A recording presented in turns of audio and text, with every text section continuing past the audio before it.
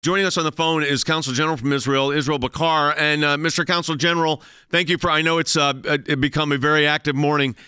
This development now with the North, with Hezbollah entering this engagement, what does that mean for the situation? First of all, Jay and Jordan, good morning. We're having a great morning right now. But I think let's go one day backwards. Yesterday, the president gave a strong deterrence remarks to Iran and Hezbollah not to get into the fight.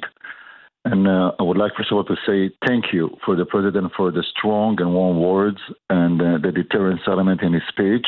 Hezbollah getting into the fight is going to change the war completely into a large-scale war with tens of thousands of missiles and rockets at Israeli, guided Israeli centers and military compounds. It's going to be a whole different game. We cannot let Hezbollah or Iran get into this fight, and we're going to do the most that we can, that they're going to stay in their borders and not getting in. You know, Israel, I've been to that portion of the country many, many times. I've been there when there's been incoming rockets, and I know the differential between Hamas and Hezbollah.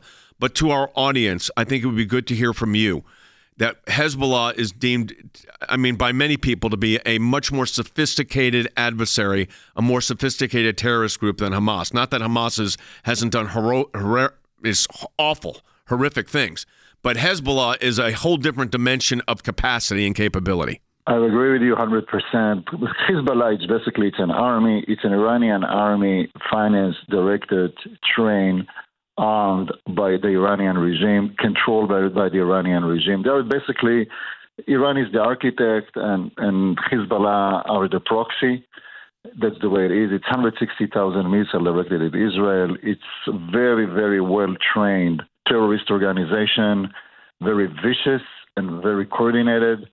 That's basically fighting the Nazis on the northern border. That's what it is. It's a blend of extreme religious philosophy with a very good ammunition capabilities. That's exactly what the Nazis were, and that's what we're going to have to face. So I don't think if Hezbollah is getting into the fight, it's not anymore the fight of Israel to win this war. It's going to be basically the war of a civic nation, democratic nations to come and help us to win against these Nazis on the northern border. The fact that you've got, it looks like Hezbollah, I mean, based on all the reports we're getting, has engaged this at a significant level, Mr. Consul General. The question then becomes, what do the other neighbors of Israel and some of the countries that Israel's in relationship with the Abraham Accords, does this put them in the conflict? How do you see that balancing out? Definitely, Iran is destabilizing the whole region exactly to prevent any peace process between Israel and other Arab nation states like the Gulf states. And definitely Iran does not want to see Israel signing a peace treaty with the Saudis. The American is doing strategically the right thing. They're trying to put Israel and Saudis in peace process to come to terms. Basically, we don't have any reason not to be in peace process and good relationships with the Saudis. We want it, America wants it, and the Saudis want it. The only problem is that the Iranians do not want it. And they do not want it because they want to create a power of center, their power of center and influence in the region. Let's see who they are controlling right now. They're controlling Iraq, they're controlling Lebanon, and they have a huge influence in Yemen. So America is trying to create with Israeli a shift, yes, a power shift in the region that will counter the Iranian aggressions, and America is doing the right thing about it. So what the Gulf states are going to do, most likely they're going to be quiet. They're not be active in this fighting in any way, shape, or form, and we understand it. But everybody are terrified in the region, and mostly more the Arab state and Israel about the Iranian influence in the region.